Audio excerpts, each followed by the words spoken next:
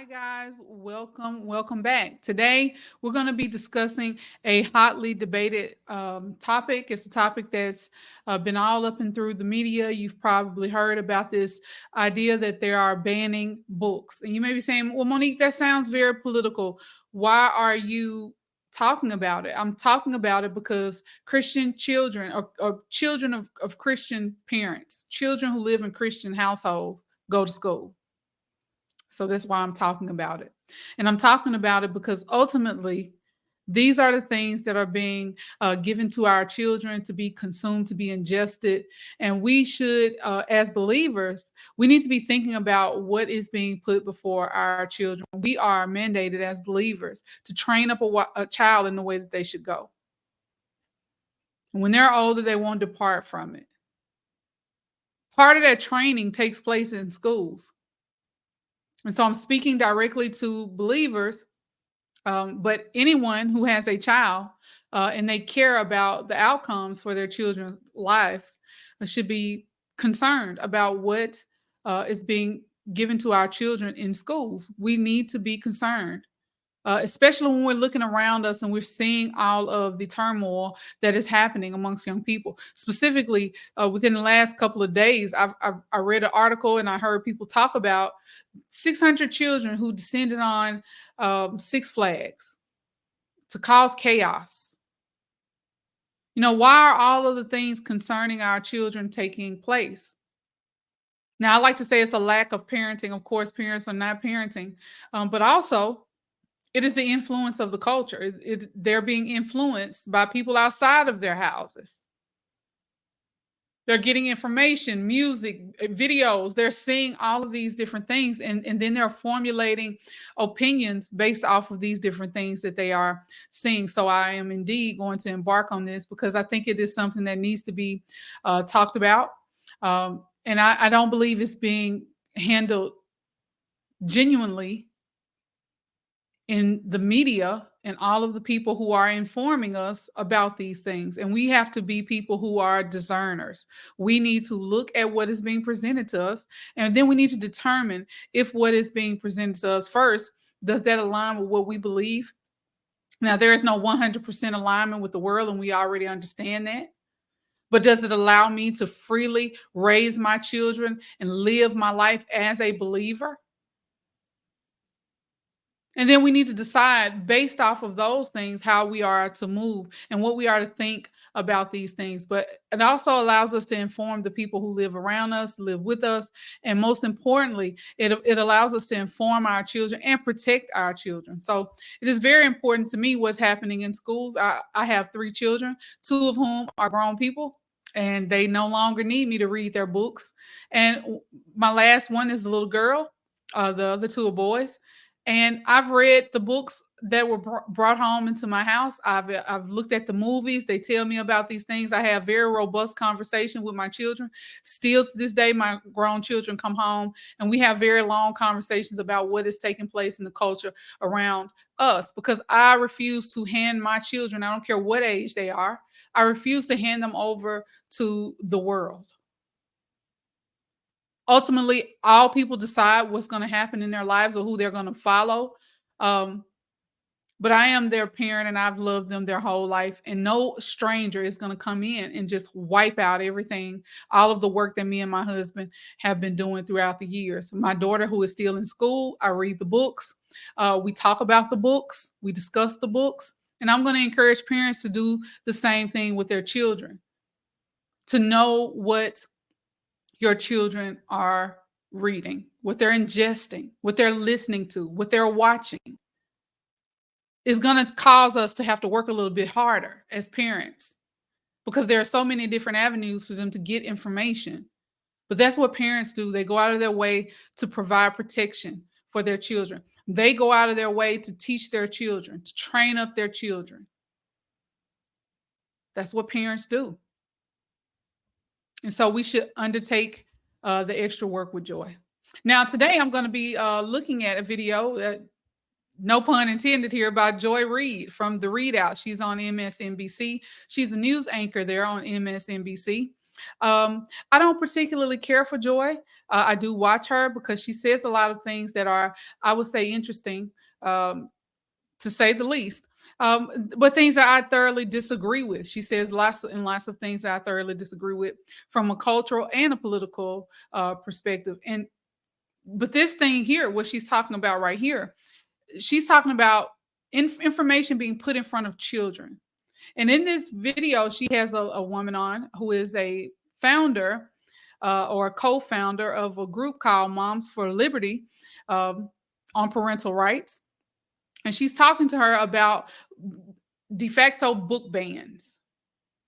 Now, Joy's position is that there are bans of books going on. People are banning books across America, and this is the position of lots of people. I've talked to lots of people, even at a Christmas party. I had a conversation with someone who told me that books were being banned, and immediately what comes into my mind is if books are being banned, then you would not be able to get them any longer. So we need to look at the use of language here so that we can understand what is happening, so we can get a real good understanding of the things that are happening, things that are taking place. Not just going in to believe everything that we hear, but making a decision. Remember, we put our children in front of teachers every single day. If your child goes out of the house and goes into public education system or a charter school, private school, it does not matter. We're putting our children in the hands of other people who have great influence in their lives. And we need to know what they're being influenced by. So we're going to look at this, and it's about a 12-minute long clip. We're going to look at it, and I'm going to react to all of it. I really think it's really important to hear what is being said here, and that's what we're going to do. Again, this is Joy Reid from the Reid Out on MSNBC, and the lady she's talking to is the co-founder of Moms for Liberty.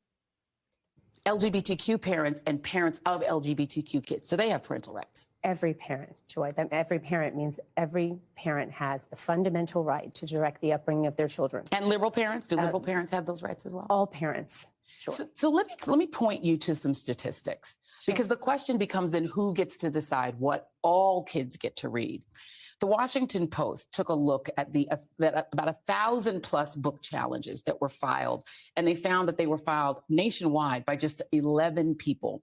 Each of these people brought 10 or more challenges against books in their school district. Together, these serial filers constituted 6% of all book challengers, but they were responsible for 60% of filings. In Florida, Tampa Bay Times, they found that of roughly 1,100 complaints recorded in Florida since July 2022, we're talking about more than 700 just from two counties, Escambia in the Western Panhandle and Clay County. Together, those are less than 3% of the public school enrollment, 600 of those complaints, 2 people. Why should 13 people get to decide what books tens of thousands of children get to read? Well, now, before she answers this question, I want us to see what Joy is doing. So she's taking this from a purely political standpoint. What she's saying is, what she's trying to relate here is that there are only 11 people responsible for making all of these filings concerning the books. What she is inadvertently saying, though, is she's revealing that parents are not paying attention to what their children are reading. Her question suggests that parents don't care, so why should these 11 people say anything about it if parents do not care? She's also saying that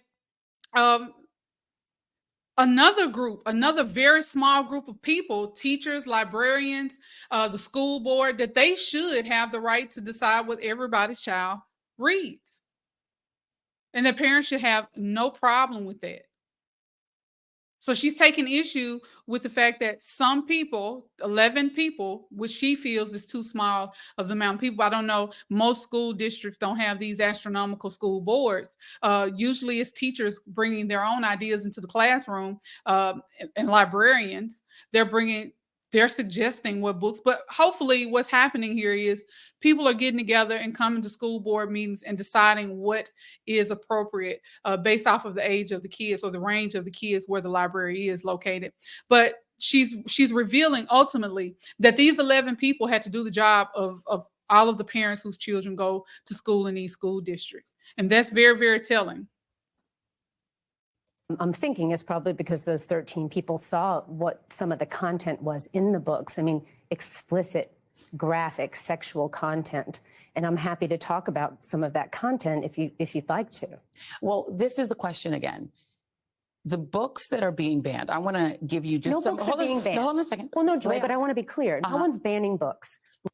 So she's making a very valid point. She made a very valid point that the problem with the books is very, very clear. It's the content of the books. Now, what Joy is going to do here in a little bit is she's going to throw in books that were stated to not be appropriate for elementary school.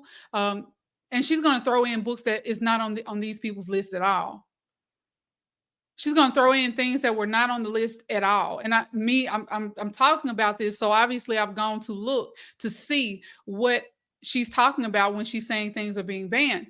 But she's going to throw in things that were not on the list at all. And she's going past the actual point of looking at the books and trying to see what's in the books. It's the content of the books.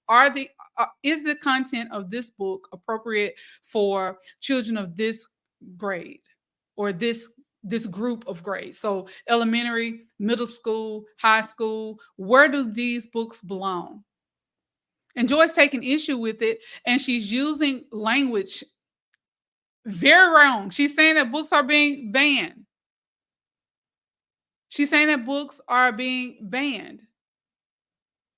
And she's using language that originated out of Hitler's Germany, where books were really seriously being banned.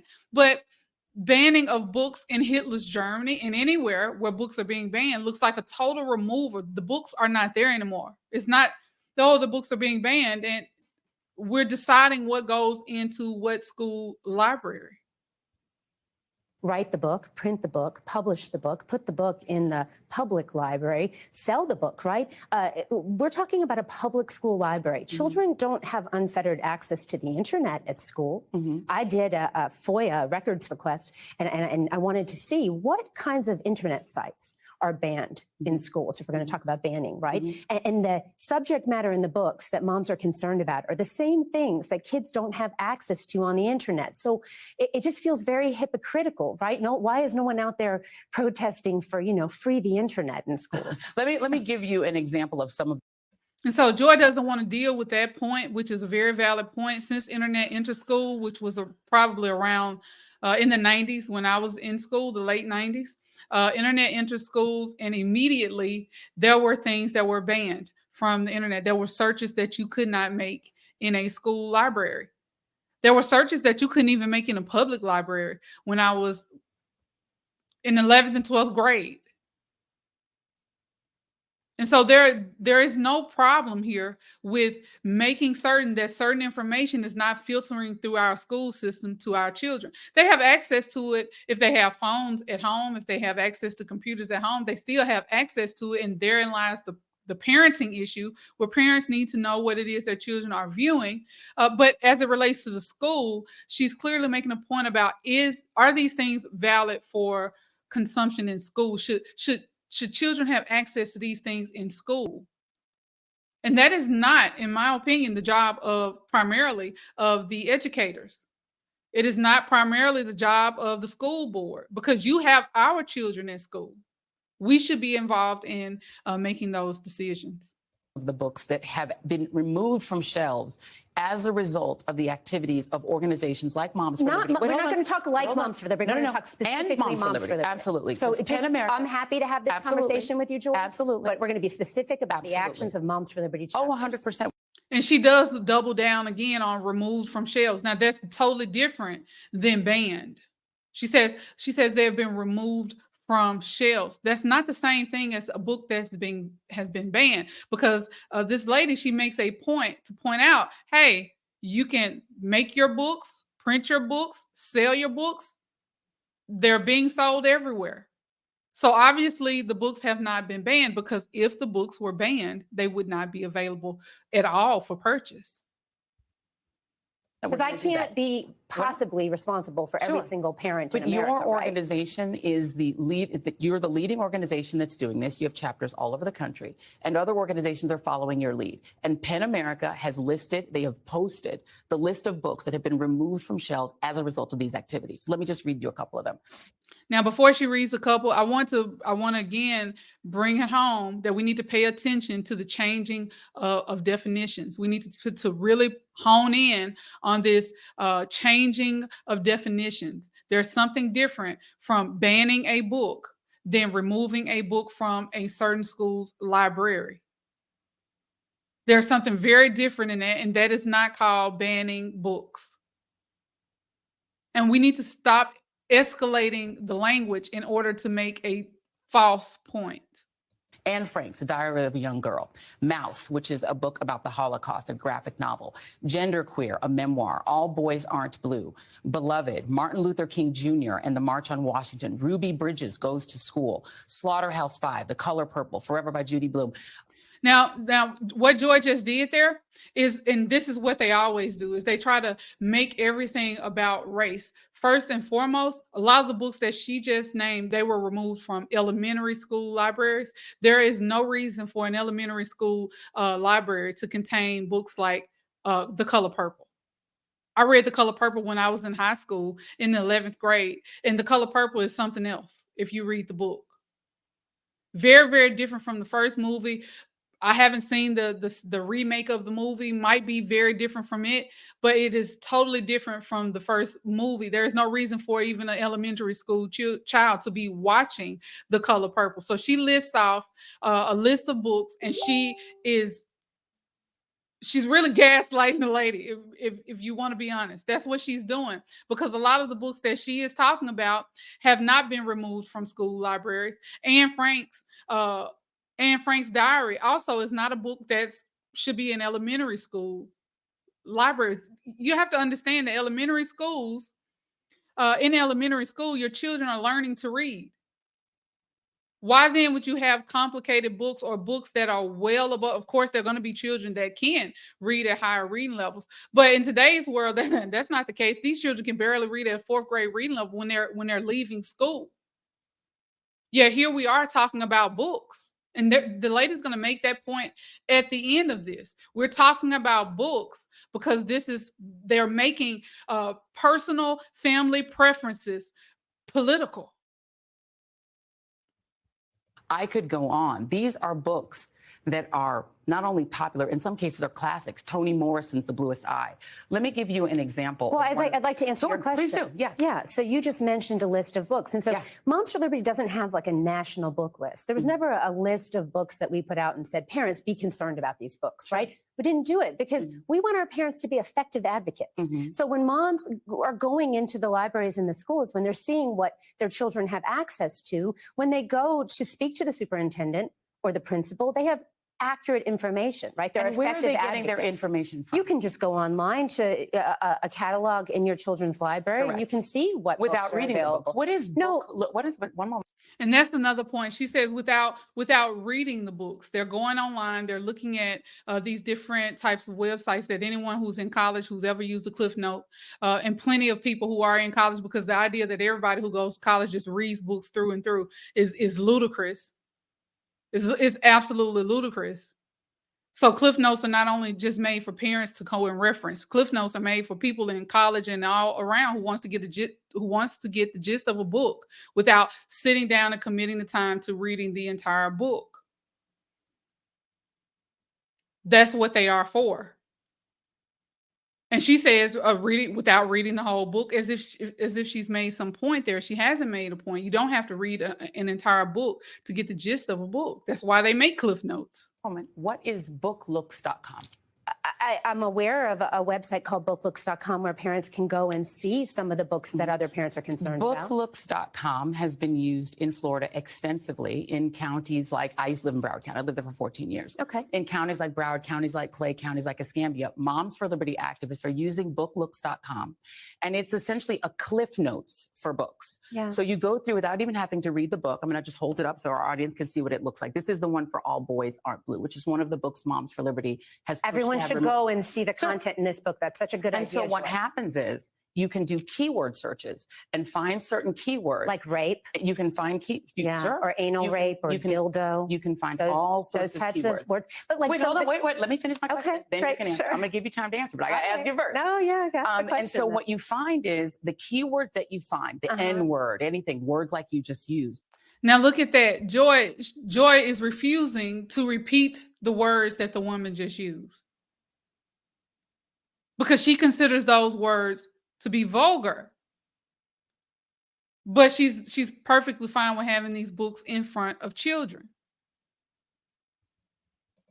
Then you'll get out of context passages from the book.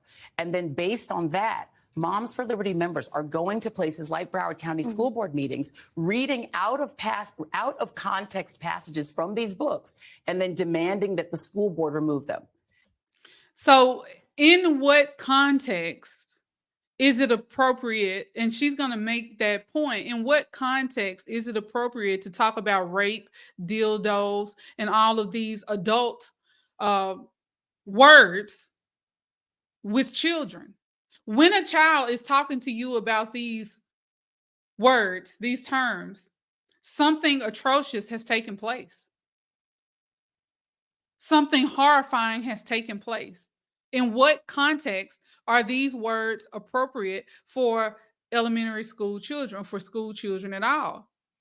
She wouldn't even repeat the words. Joy wouldn't even repeat the words. And I saw many people after this interview talking as if Joy made some substantial points. And I disagree. I just disagree. These are the people who are teaching our children. So what's that is the way. Yeah. The question I'm asking is, what is the expertise that you have and other Moms for Liberty advocates have to decide that a book, an award-winning book like all. And here we get to the gist of it. We get to the point. You're not allowed to make decisions about what your children read because you don't have the credentials. You don't have the credentials. You don't need to decide what your children read. As parents do not have the right to decide what their children. And I want you to understand what is taking place here. You do not get to choose what your children read. You should not be a part of getting to choose what your children read. Credentials. And this is why I'm as a college graduate, not some big, I don't have master's degrees and, I don't have all of those things. No, but I am a person who has gone to college.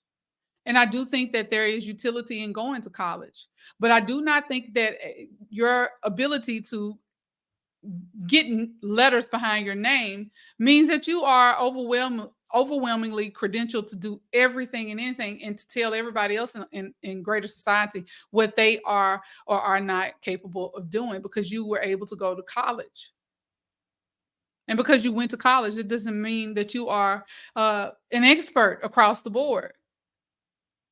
Many of the richest people in this country don't have college degrees at all. And so the idea that you have to have a certain credential in order to know what you would like your children to ingest, that says a lot. That speaks volumes. I think we need to pay attention to that. All Boys Aren't Blue isn't appropriate for students to read. What is your expertise? What a tragic story of a young man who's anally raped by his adult family member. So you have incest, rape, pedophilia. Joy, you said you'd let me answer, so I'm going to answer Please for do. you. In what context is a strap-on dildo acceptable for public school? That's my question to you. Tell me what the context around the strap-on dildo or the rape of a minor child by a teacher. Hold on a second. No, we're talking about public school. One moment. All right. So now you've asked me questions. Sure. I'm going to answer it. Okay. Well, who is the main character? What's the name of the main character in All Boys Aren't Blue? You're asking me right now. You just gave me very specific information about this book, so you're presenting yourself as somebody expert. So in order for you to give someone specific information or give a synopsis of a book, you are presenting yourself as an expert. That's absolutely astonishing that she is nitpicking over details she's trying to discredit the lady. She's trying to discredit this woman's argument, but in no context, and she's also not answering the question. In no context is it appropriate to talk about rape, dildos, just to introduce these topics to children not because the child is coming to you expressing that something has happened to them, but to introduce these topics to children in the form of graphic novels. The gentleman, hold the on. main, Who's the main character in the book? the main character is the author. What's his name? George, I believe, is his first Because name. you're giving me very specific information that is You're presenting asking me to yourself as an remember the expert. name of an author. And you're not presenting yourself as an expert. Look around me. I'm surrounded by books. I have closets and closets. I have shelves of books here, closet full of books here. And I have read these books. And many of some I buy and I give them away. But I've read them. And not half-heartedly like most college graduates. And I know because I've graduated from college that there's a lot of half-hearted effort that goes into the study. We need to pass the test and we need to get the grade, as opposed to these are all books that I've read just because I wanted to read them, because I desire to know the information that is within them. But she's suggesting that just reading the book or understanding the book or having a summary of the book, that doesn't mean you're an expert. You're acting like an expert, and that's ludicrous, because parents can read and understand and comprehend, and they have the same ability that anyone who is going to college or has gone to college has. And it's continually to look down on people who don't have certain kinds of credentials is very disheartening. But as Christians, we should not be moved by this. We don't need the credentials of the world. We have our scripture, we have common sense, we have reason. We can sit down, read a book, comprehend, and say whether or not that is for our child or The not. name of the remember author very doesn't specific things. Joy. Here's my We're question. talking about Here's my You question. didn't answer my question. No. I'm going to answer your Great. question. I would love to hear that. Absolutely. Well, I'm interviewing you and you're not interviewing me. So let's just make sure it's a conversation. Okay, great. So what I'm saying to you is that as you are not an expert in this book, I don't or have in- to hold be on. an expert to know hold that on a second. dildos aren't One appropriate moment, for public one moment. school. I mean, This come on, let's get book real. is a full context story, as you said, of the author's experience. And it may be a story that's perfectly fine to be told. Someone actually wrote it, the author wrote it, someone published it. It may be a story that is perfectly fine to be told. The question here is, should this book be in school libraries where our children go? With children who are not just children of liberal parents, but children of any parent who's not political at all. Should they not have a say in what goes before their children? And do they have to have a master's degree in education to decide whether or not their children should read that book? Why is it your right, or a Moms for Liberty activist's right, to say that a parent who wants their child to have access to this book, which gives a personal experience of this author, why doesn't a liberal parent, for instance, or a parent of an LGBTQ kid, why don't they have a right for their child to just have access to this book? Why is it your right to say they can't? And no one has taken access from the book. I would like Joy and everybody else to know that the books are still available because they have not been banned. They are available on Amazon, Barnes & Nobles, and other fine retailers where these books are sold, where all books are sold. They can purchase these books. Today, I heard that RuPaul is going to be driving around the country selling these books on a rainbow-colored bus. The books are totally available for consumption. If you like to purchase these books and bring them into your home, you can go and purchase the book for your child. So the books have not been banned, but in a school setting, the community should be involved in deciding what is going to be presented to children. So again, we're talking about incest, rape, and pedophilia. And Joy, each parent, each parent has to decide what is appropriate for their child to read. So I want you to answer. I'm going to ask you one more time. What is your right to tell a parent who wants their child, who might feel seen by this story? Why don't they have the right? Why don't they have? So before we get to the point that she's making about the child being seen by this story or feeling seen by this story, we need to understand what that means. But the question that she's asking goes back to the first point about the internet access. The school has already decided that certain things are not appropriate for school. And there are certain sites on the internet that children cannot access. It's no different with books. Have the right as a parent to say, my child can have access to this book. If a child feels seen by this story, that means that they have been the victim of a predator. That means that they have either been raped by a family member, they've experienced and your proof rape of that from is someone. what? You just said that What's if your a child proof of feels that? seen by And she doesn't even realize what she just said. When someone feels seen by a certain thing, that means that they have experienced that. That's what the language that she used means. this story. They that make- what no, no, what no, I'm no, no. saying, Joy, You're now making assumptions no, about it. Joy, No, no. but if a Let me child give you has been raped, we should do a lot You better than don't- put a book on a now library you're literally shelf. creating We a need to story behind a give- child that you don't know. Let me show you a No, she's trying to change the subject because being seen by a story means that this child sees themselves in that story. That's literally what that means. The child sees themselves in this story because these actions have been taken against them. That someone has violated them. form. This is a form that can be obtained in Broward County, Florida. Okay. I'm going to show it to the audience, and then I'm going to show it to you. This is called Can the I see it opt. for a Yeah, second? please. I'm going to Okay, hand it to thank you. you so much. It's called the opt-out form. Okay. An opt-out form would allow any parent, because you said you are in favor of parental rights. I am. It would allow any parent to opt out of their child being able to take books out of the library without their parents' permission. Okay. So that Moms for Liberty, why not advocate that every school in America have an opt-out form so that a parent who doesn't want their child to access a book like All Boys Aren't Blue, Right. that they can make that choice, because then each parent, including a liberal parent, a Black parent, a parent who wants their child to read a book about African American history, then they get their we want rights. children to read books. Why about not just African-American opt out? histories. Joy can't help but make everything about race.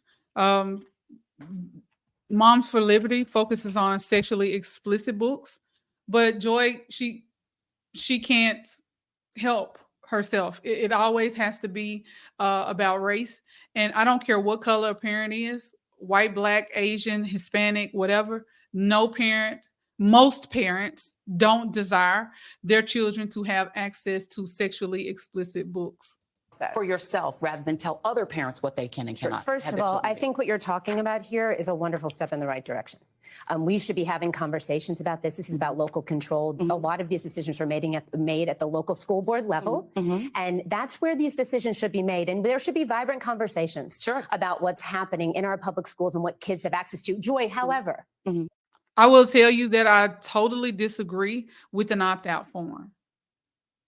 Because they can be easily circumvented. I don't agree at all with the opt-out form. I don't see a reason to have porn, soft porn, or anything like that in school libraries under any circumstances, especially when you're talking. I'm not just talking about the things that can be found in more mature books. I'm talking about in the elementary schools. There is no need for these books to be in elementary school. And the books are purposefully targeting young children, and that's why they make them in graphic novel form.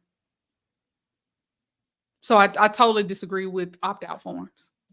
Maybe we could just put all the books with all the graphic sexual content, the dildos, the rape, the incest. I'm sorry. Let's do I'm so sorry. Let's do a back room. Let's put a curtain up in the library First like of all, they used hold to on. do One moment. in the video stores. Remember the when we were books little that Moms and you for would go to the Liberty, video store? the books that Moms for and they Liberty, put those the books that the Moms for videos Liberty, with pornography. I know that you. I've seen. We could just do that in I the have public seen library. tapes of Does what that Moms for sound Liberty does, appropriate? and you all go into school board meetings Joy, and you this read is a graphic stuff. disingenuous conversation. No, it's not. There's America used to understand that there's something called age-appropriate content. Right, and here's my question again. ratings on movies. Again. Ruby Bridges Goes to School is on the list of books that Moms for Liberty has attempted. Absolutely. The lady just explained that she does not, that her group does not have a list of books. She just explained that the whole purpose for Moms for Liberty is to encourage parents to read the books, to know what is in the books. She does not have a prescribed list. Joy is flat out lying about Ruby Bridges Goes to School. She is lying. Have removed. Absolutely not. It absolutely is. Let me ask about the people who are making the decision for other parents, because you have not answered yet why a liberal parent or an African American parent We can't have say parents who are Democrats. The school boards have been making decisions about this for years concerning not allowing certain sites to be viewed in school by children. Who are members of our organization. But you're still trying to make decisions for all the kids. Here are some of the parents that are filing, or some of your advocates. Bridget Ziegler, the Moms for Liberty co-founder, the wife of the recently ousted Florida Republican Party chairman, Christian Ziegler, who allegedly was involved in threesomes, same-sex threesomes. Mrs. Ziegler was removed from the school board at which she was a leader. You've had She wasn't Lauren, removed one from the moment. school board. Okay, you have Lauren DePaula. She was making book ban requests in Alachua County, but then records show that she and her husband didn't live there. They'd sold their home in that county. Carrie Blair in Tennessee, who was arrested for property theft charges after allegedly stealing from Target, skip scanning in Target. Why should those three people get to make decisions about what other children should be able to read? So that is amazing, because whenever they can use your past against you to silence you, that's exactly what they do. All Christians will admit that they have a past. I mean, that's the whole point. If you're a Christian, you have to admit that you are a sinner in need of a savior. That is a part of your confession of faith, that you understand that you are a sinner in need of a savior. And immediately they're trying to discredit anyone who comes up and says anything against their agenda, acting as if they themselves do not have a past, most of which are egregious pasts. And this is the answer, right? This is the answer. Silence anyone who disagrees with us. We just want to have access to your children to be able to reshape and remold this next generation of young people. And as Christians, as believers and non-believers, anyone who's taking their kid and dropping them off at school each and every day, they should fully understand what their children are being told, what books and what information is being given to them. But to try to discredit these moms for doing the right thing for their children, it says a lot about Joy. Parents' children should be able to read. Do you know that I served as a school board member from 2016 to 2020? Are you going to answer my question? Yeah, I'm because going we don't to. have an endless time. Joy, I'm going to answer your question, but I need you to understand that when I was an elected representative, I would sit on that dais, and how dare I, sitting there as an elected representative, judge a parent when they would come to the podium to speak and advocate for their child? Because as we started this conversation, we'll end it. Every parent has a fundamental right to direct the upbringing of their children. And I would not stand in judgment, let us end on a point of agreement. About a parent's education level, their sexual orientation, their race, their religion. That is not what America is about. I'm going to answer. I'm going to ask my question, Yes, Ms. Justice. Mrs. Justice. Thank you. If a parent believes that their child should be able to read Ruby Bridges, we believe that that children should be able to read. Then Ruby how Bridges. can She's Moms American for Liberty hero. insist that the school board take that book away and then say that a parent who wants the child to be able to read it must purchase it? That's essentially putting a tax on parents who want their children to read. So it's putting a tax on parents by requiring them to buy books that are inappropriate for school consumption or for children inside of a school library. It is putting a tax on parents to tell parents, you need to. Schools don't provide every single thing that a child needs. Schools don't provide school supplies. They don't provide clothing, uniforms. They don't provide anything. Is that putting a tax on parents by suggesting that if you want any kind of educational needs for your children, if you want these additional needs, these additional things that may assist your child in understanding that that's putting a tax on parents, is disingenuous. Read the book. Your kids get to have books for free that you agree with, but children who want to read, or parents who want their children to read books you don't like, have to purchase it. That doesn't sound fair. Did you? I want to say this, and I really seriously want to say this. If we were all going out to march, if all Christians were getting together to march to say we want Bibles in the school library, this wouldn't even be a conversation. They would do anything. They would show their colors really fast, as they have with the rainbow bus that what's his name? I forgot his name, that I just got finished speaking about here. RuPaul is going to go about in half.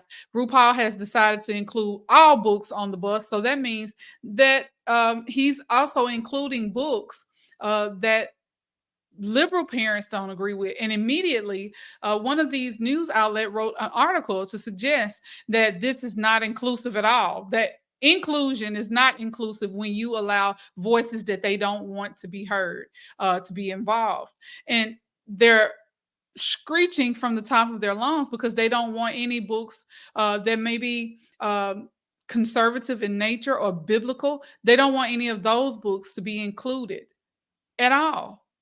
And I'm suggesting that if we decided that instead of having people remove their ideologies from their classrooms, why don't we put our ideologies in our classrooms? Meaning, if you are a Christian, post the 10 Commandments on your wall and see how fast you're called down to the office, because this is not a problem of inclusion at all. This is a straight out attack on all things that are God's, including the children.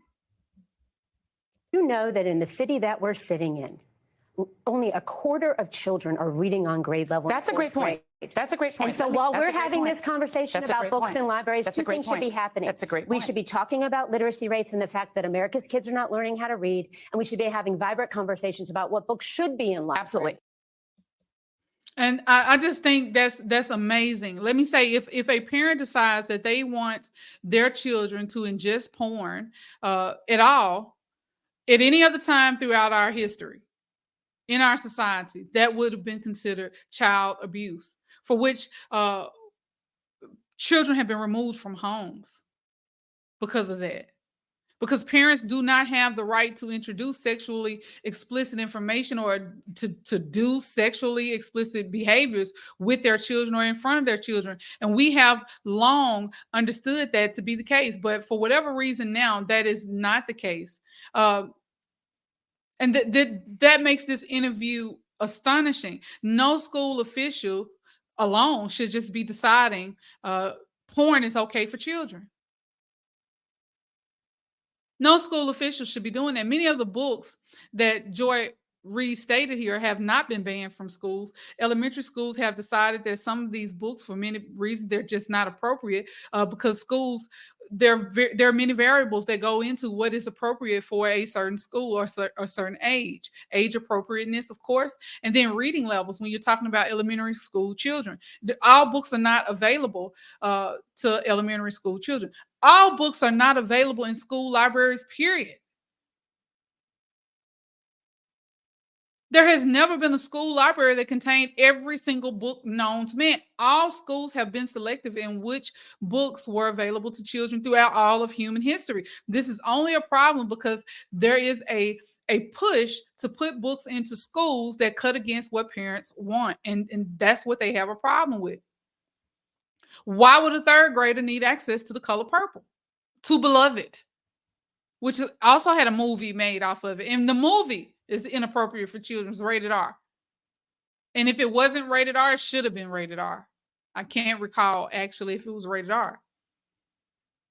Ultimately, it's the parents' job to protect their children. Christian parents we're commanded to train up our children in the way that they should go. And and we have a promise attached to it that they won't abandon that teaching when they are older. If we look around us today, many would say that doesn't seem to be true. I would disagree. We are reaping a mass exodus from the church because we have relegated the training of our children to the schools. They have been trained up in the way that the world wants them to go, and that's why they have left the church.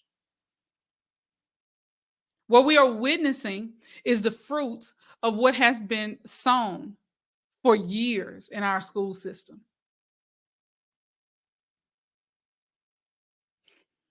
We have to be diligent. We have to pay close attention to what people are teaching and assigning to our children. They are actually grooming them against belief in God. And I'm not even going into the fact that many of them are totally being groomed. We have to fully understand that pedophiles are in church. They're in schools. They're all around us. And it's a parent's job to protect. Some of them are parents who do egregious things to their children. And this is why, as a culture, we come together and decide which rules and laws are appropriate to govern the behavior and actions of people who would seek to harm other people. And that includes children. These children are assigning these things to these teachers are assigning these reading materials to our children, grooming them against belief in God, and they are not departing from it when they get old, because that's what because the Bible is true. They keep these things. They teach evolution in our schools. And we wonder why children won't accept anything from the creation story. It's because we've been allowing it for years. We've been allowing this teaching to go forward in school. This is the way we've been allowing the schools to train up our children. So there's no wonder they don't believe in anything that the scripture has to say.